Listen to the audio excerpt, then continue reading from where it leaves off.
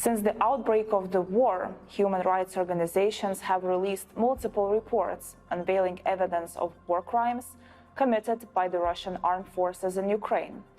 Kremlin officials and state-owned media outlets, of course, have sought to minimize these charges, claiming that the war crimes are fake and investigations in Ukraine are illegitimate and biased against Russia.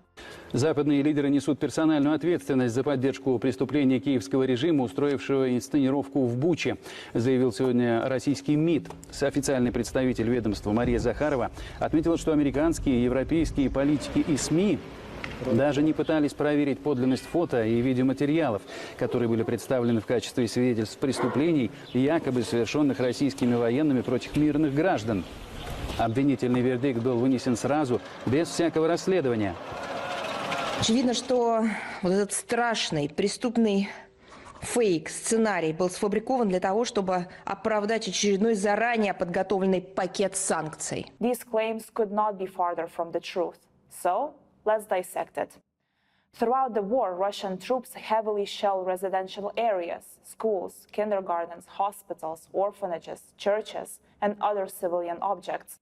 Additionally to the atrocities which have been discovered in formerly occupied areas, including Bucha, Kharkiv, Kherson, and other regions, they have all followed similar patterns.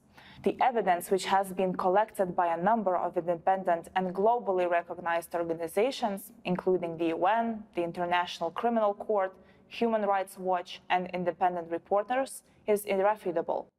Dozens of civilians were found in mass graves. Crimes such as killings, rape, and others were registered in areas occupied by Russia. Another disturbing strategy which the Kremlin has used to deflect from these atrocities is to instead amplify alleged illegal actions of the Ukrainian armed forces.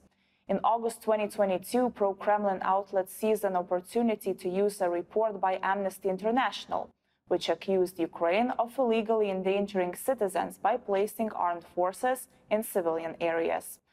The highly controversial report was weaponized by Russia, who accused Ukraine of breaching international humanitarian law. Following an internal review, Amnesty concluded that the report was written in a language that was ambiguous, imprecise, and in some respects legally questionable.